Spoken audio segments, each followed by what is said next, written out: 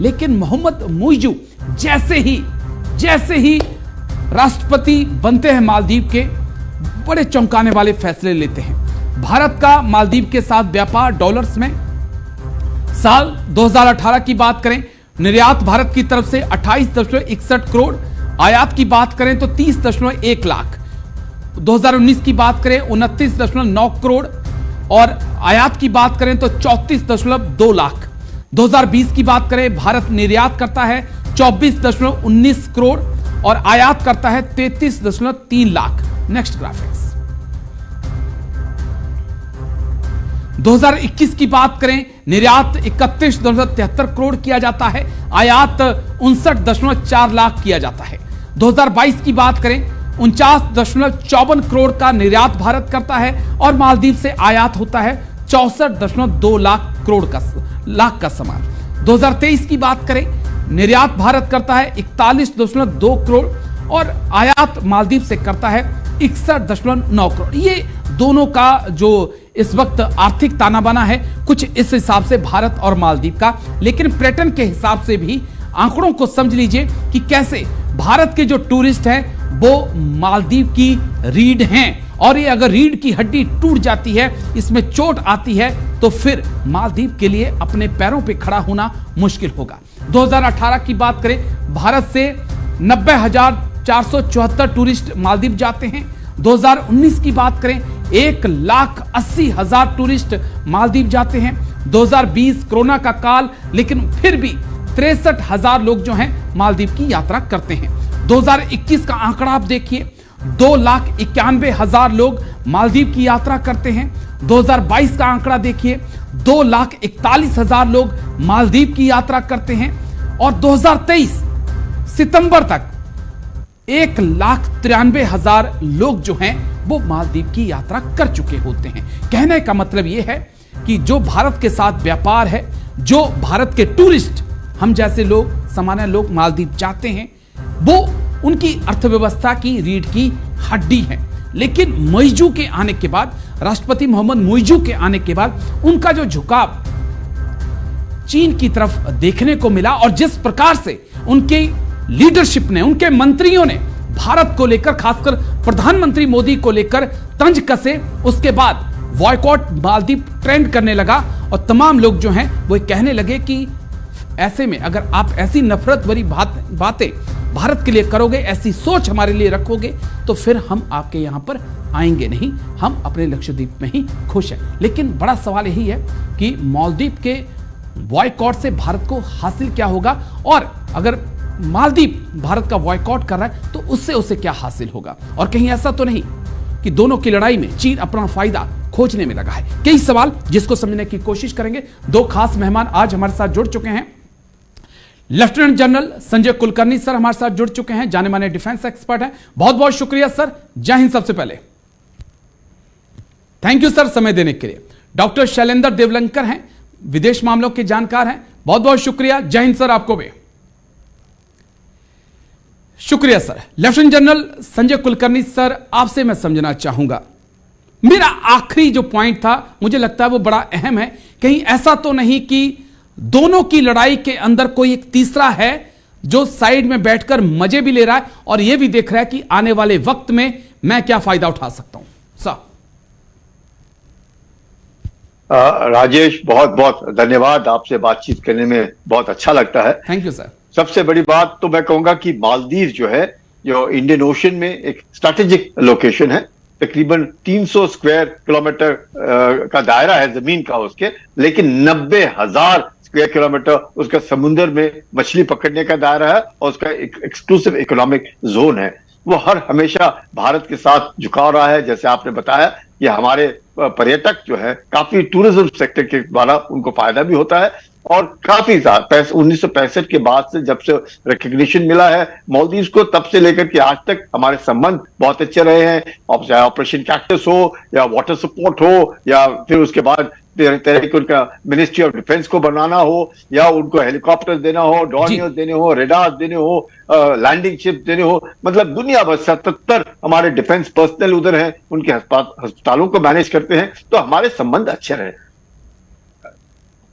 लेकिन आप देखने को है कि अब जो है वहां पे भी, क्योंकि 5 लाख की आबादी है, सारे के सारे एक अपने सुन्नी मुसलमान हैं, और वहां पे भी तरह तरह के लोग हैं, ऑपोजिशन में है, रूलिंग पार्टी है। तो अब जो रूलिंग पार्टी आई है उसका झुकाव चीन की तरफ है, यानी कि पिछली जो रूलिंग पार्टी थी उसका झुकाव भारत की तरफ था, और उससे पहले भी रहा। और तकरीबन 43% लोग आज भी मालदीव में हैं जो जानते हैं कि भारत एक ऐसा देश है जो उसके साथ खड़ा दिखेगा, और चीन एक विस्तारवाद है जो उसको हड़पने की कोशिश करेगा। तो समझदार लोग हैं, ऐसे नहीं। लेकिन अब जो जो मालदीव के राष्ट्रपति हैं उनका झुकाव है, और जिस तरीके से अभद्र भाषा का प्रयोग उनके मिनिस्टरों ने किया, उनके लोगों ने किया, वो सब जानते हैं। ये जो बातें हैं, हो सकता है चीन 2014 में, राजेश, एक बहुत बड़ी बात हुई, शी जिनपिंग उस छोटे से देश में जाते हैं, और उसके बाद से जो झुकाव हुआ, उसके बाद जो $2 बिलियन का इन्वेस्टमेंट और जो खर्चा चीन ने उधर दिया, जिससे कि 80% डेट जो है वो चीन की तरफ हो गया। किसका? मालदीव का। कि Maldives is indebted to China the tune of $2 billion.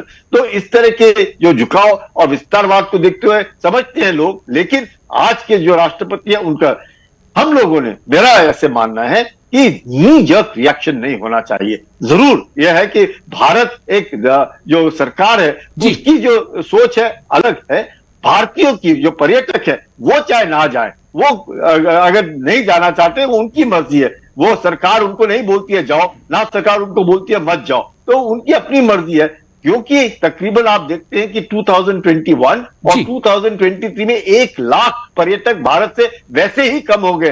हो सकता है, और क्योंकि प्रधानमंत्री का लक्षद्वीप का जो दौरा है उसको देखते हो, अगर जो लोग ऐसे नहीं है, लक्षद्वीप और हमेशा भारत का एक टूरिस्ट स्पॉट रहा है। अंडमान निकोबार हुआ, लक्षद्वीप हुआ, काफी लोग, और फिल्म इंडस्ट्री अगर उसको देखना चाहती है तो एक ऐसा एरिया है जिसको हम डेवलप कर सकते हैं। और जैसे आपने ठीक कहा, 750 kilometre south west of Lakshadweep है, और लक्षद्वीप केरला के नजदीक है। अच्छा टूरिस्ट स्पॉट है जिसको हम लोग डेवलप कर सकते हैं, और हमने करना चाहिए। तो ये मुझे ऐसा लगता है कि सरकार जो है जानती है कि मालदीव के साथ किस तरीके से डील करना है, और वो अपने तरीके से करेगी। भारतीय जो है पर्यटक जो है, जो एक रीढ़ की हड्डी जिसे आप बोल रहे हैं, वो जो है वो उनके ऊपर निर्भर है, जाना चाहे या ना जाना चाहे। मैं फिर आता हूं सर आपके पास, इस मसले को और डीपली समझूंगा। लेकिन डॉक्टर शैलेंद्र, जो चीज मैं जानना चाहता हूं, पिछले कुछ सालों के दौरान हमने एक सोशल मीडिया पर वॉर देखा है। हर मुद्दे को लेकर ट्रेंडिंग शुरू हो जाती है, हर मुद्दे पर अपनी बात रखना शुरू हो जाती है, और ऐसे ऐसे तर्क दिए जाते हैं कि पूछिए मत।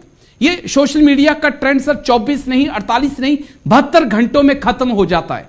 लेकिन इसके अंदर जो बातें लिखी जाती हैं वो एक लंबे समय तक असर करती हैं, और मुझे लगता है कि मालदीव को और भारतीयों को सोचकर आगे लिखना चाहिए, क्योंकि ये दो पड़ोसी हैं। अटल जी कह के गए हैं कि पड़ोसियों को कोई नहीं बदल सकता, हमें मालदीव के साथ रहना है और मालदीव को हमारे साथ रहना है, ये समझना होगा सर।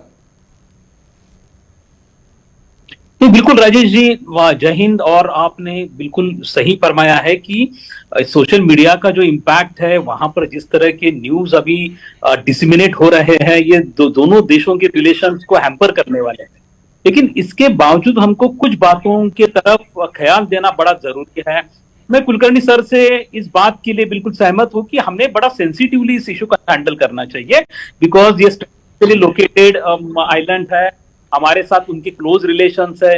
लेकिन इसके होने के बावजूद भी जिस तरह के स्टेटमेंट उनके मिनिस्टर्स के पास आए हैं, वो स्टेटमेंट जो है बड़े वेनमस स्टेटमेंट है ये, और ये हमारे लिए बहुत ज्यादा इंसल्टिंग भी है। अगर भी वो स्टेटमेंट आते हैं तो उनको उस लिहाज से देखिएगा कि जो मोइज़ साहब है, जो प्रेसिडेंट है, उनके आप इलेक्ट्रो स्पीचेस देखिएगा। वो इलेक्ट्रो स्पीचेस के टाइम में भी उन्होंने इंडिया पर, मोदी साहब पर बड़ा स्ट्रांगली क्रिटिसाइज किया था। और ये जो थर्ड फैक्टर है जिसकी बात हम कर रहे हैं, जो चाइना फैक्टर है, जो चाइना फैक्टर हर हमारे नेबर के बीच में ये इसी तरह की चीजों को स्पॉन्सर करता है। यही चीजें नेपाल में कुछ साल पहले हुई थी, आज भी होती रही है। नेपाल के कुछ मिनिस्टर्स है, वहां के प्राइम मिनिस्टर है, उन्होंने हमारे कुछ जो लैंड्स थे उस पर दावा किया, उनके मैप में भी वो दिखाया गया है। श्रीलंका में भी वही हुआ है, भूटान में भी वही हो रहा है। लेकिन हमें इसको बिल्कुल ही नजरअंदाज करना हमारे लिए ठीक नहीं रहेगा। इसके लिए हमें थोड़ा सा सीरियसली लेना भी बहुत ज्यादा जरूरी है, बिकॉज इसको बढ़ना यह हमारे लिए भी धोखादायक हो सकता है। एक देखिएगा, जिस मिनिस्टर ने उनको कहा है कि वो इजराइल के पपेट है जी। ये जो स्टेटमेंट है ये दिखाता है कि मालदीव्स में रेडिकलाइजेशन कितना बढ़ रहा है। मालदीव्स अब आईसिस का एक बड़ा डेस्टिनेशन बन गया है, मालदीव्स अब पीएलए का बन गया है, चाइनीज कम्युनिस्ट पार्टी का बन गया है। वहां पर रेडिकलिस्ट एलिमेंट्स बढ़ रहे हैं, फंडामेंटलिज्म बढ़ रहा है। स्टेटमेंट के कारण जिस तरह बढ़ा गया है ये यही दिखाता है। क्या हम उसको नजरअंदाज कर सकते हैं?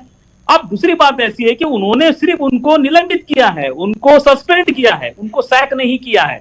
देखिएगा, सैक से कुछ दिनों के बाद फिर से उनको रीइंस्टेट किया जाएगा। इन सारी चीजों में, ये सारी चीजों को हम, अगर भी हमारा वो क्लोज नेबर है, लेकिन इन सभी चीजों को हम नजरअंदाज नहीं कर सकते जी। इस बात को भी हमको समझना बड़ा जरूरी है, उनको स्ट्रांग मैसेज देना भी जरूरी है। बॉयकॉट करने से क्या जैसे आपने कहा था कि हम हमारे टूरिस्ट अगर आप बॉयकॉट, जो चीज मैं समझना चाहता हूं डॉक्टर शैलेंद्र, अगर आप बॉयकॉट करते हैं, साइडलाइन मालदीव को करते हैं, तो आप एक और मौका देते हैं कि वो और करीब चीन के जाए। क्या इस नजरिए से चीजों को ना देखा जाए? ये देखिएगा, मैं बाइकआउट की बिल्कुल बात नहीं कर रहा हूं। जो चीजें हमने म्यांमार के साथ की थी, हमने म्यांमार में जब मिलिट्री जुंटा आया था तब हमने उनके साथ में रिलेशंस कम कर दिए थे, जिसका कैपिटलाइजेशन, जिसका फायदा चाइना ने उठाया था। हमने हमारे पॉलिसीज को रिफॉर्म किया। अभी हम वहां पर मिलिट्री जुंटा है, हमारे आंग सान सू की के साथ में भी और मिलिट्री जुंटा के साथ में भी इक्वल रिलेशंस है। मैं बिल्कुल नहीं बात कर रहा हूं कि वहां पर बाइकआउट किया जाए, लेकिन इसका मतलब ये नहीं है कि हमारे नेबर्स किसी भी तरह का वेनमनस स्पीचेस हमारे अगेंस्ट में, हमारे प्राइम मिनिस्टर के अगेंस्ट में देते रहे और हम उसको लाइटली ले। ये भी बिल्कुल ठीक नहीं है। इसको कहां ना कहां तो ये अभी ये शुरुआत है, और ये शुरुआत दिखाती है कि ये रिप्रेजेंटेटिव वॉइस है। मैं कहता हूं कि ये कौन सा वॉइस है? ये वहां का इंक्रीजिंग रेडिकलाइजेशन जो है, फंडामेंटलिज्म जो है, ये हमारे पास भी आ सकता है, तो उसको रोकना भी जरूरी है।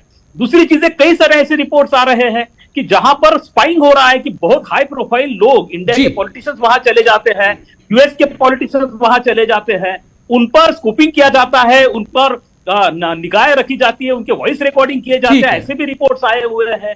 तो सारे डेमोक्रेटिक नेशंस को, सारे टूरिस्ट को इस बारे में सोचना भी इक्वली इंपॉर्टेंट है, ऐसा मुझे लगता है। जी चलिए, मैं आता हूं, फिर आता हूं आपके पास।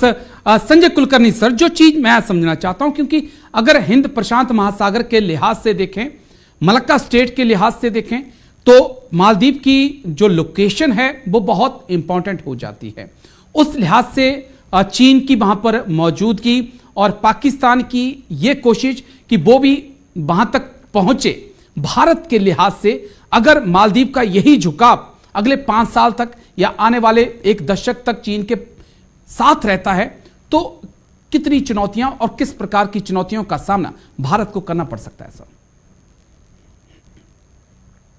राजेश, यही एक बहुत बड़ी बात है कि हम लोगों ने एक मिडिल पाथ अपनाना पड़ेगा, क्योंकि हमें मालूम है कि अगर हम मालदीव के साथ अगर एकदम ही अलग कट जाएंगे तो चीन यही चाहता है। चीन चाहता है कि मालदीव जो है उसके स्फीयर ऑफ इन्फ्लुएंस में रहे, क्योंकि इंडियन ओशन में जो बेस है वो बहुत जबरदस्त है। उसका फायदा मालदीव जो है एज ए नेशन, अब मालदीव में टूरिज्म के अलावा है क्या? फिशरीज है, और फिशरीज कौन खरीद रहा है? चीन खरीद रहा है। कि किस दाम पे खरीद रहा है? उसी दाम पे जिस दाम पे मालदीव बेचना चाहता है। यानी कि अगर 100 रुपए की वहां पे मछली है तो चीन में भी 100 रुपए की मिलती है, उसके ऊपर चीन टैक्स नहीं लगा रहा है, तो उसके भी उसको फायदा हो रहा है। टूरिज्म, अगर हमारे 2 लाख के आसपास टूरिस्ट है, चीन भी अपने 2 लाख टूरिस्ट भेज रहा है, रूस भी अपने 2 लाख टूरिस्ट भेज रहा है। रूस और चीन के संबंध देखिएगा अब धीरे धीरे किस तरीके से नजदीकी आ रहे। पाकिस्तान जो है जहां पे रेडिकलाइजेशन है, उसी रेडिकलाइजेशन से प्रभावित मालदीव भी है। मालदीव में भी उसी प्रकार का रेडिकलाइज,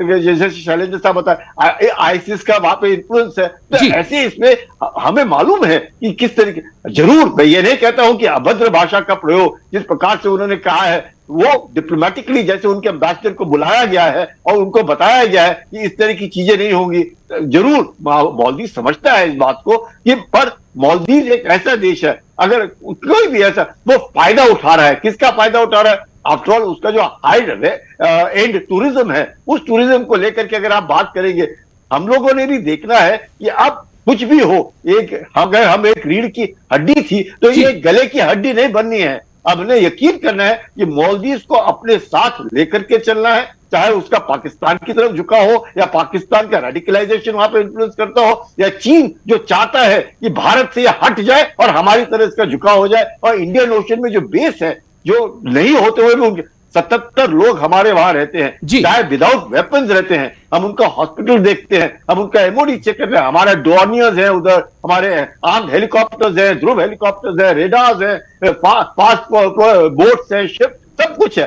तो ये जो चीजें हैं, इन सब के मद्देनजर जरूरी है कि मालदीव को एक अच्छा जिसके पड़ोसी होने के नाते और स्ट्रैटेजिक लोकेशन इंडियन ओशन में होने के नाते, और जिस प्रकार से पहले संबंध अच्छे रहे, मालदीव जानता है सब, लेकिन हर जैसे भारत के अंदर है, सरकारें आएंगी, सरकारी जाएंगी, जो सरकार नहीं आती उसका झुकाव कहीं और होता है, नहीं पुरानी सरकार का झुकाव। वैसे ही आज की सरकार जो मालदीव की है उसका झुकाव चीन की तरह, इसलिए हमने यकीन करना है कि टोटल झुकाव नहीं होना चाहिए, टोटल हमने ब्रेक नहीं करना चाहिए, संबंध कॉर्डियल और respectable and on equal pattern. इस तरह के अभद्र भाषा का इस्तेमाल उनको जरूर उसका प्रभाव होना चाहिए, जिसके लिए भारतीय हैं। भारतीय क्या करेंगे, जो टूरिस्ट पर्यटन जो हमें मालूम है, हमारे 2 लाख टूरिस्ट जाते हैं, हम वापस 80,000 हो जाएगा, धीरे धीरे करके 70,000 हो जाएगा, धीरे धीरे बहुत, तो उनको इस बात का एहसास होगा कि अगर वो इस तरह की भाषा का प्रयोग करेंगे, इस तरह के संबंध का, आफ्टर ऑल मालदीव का रंग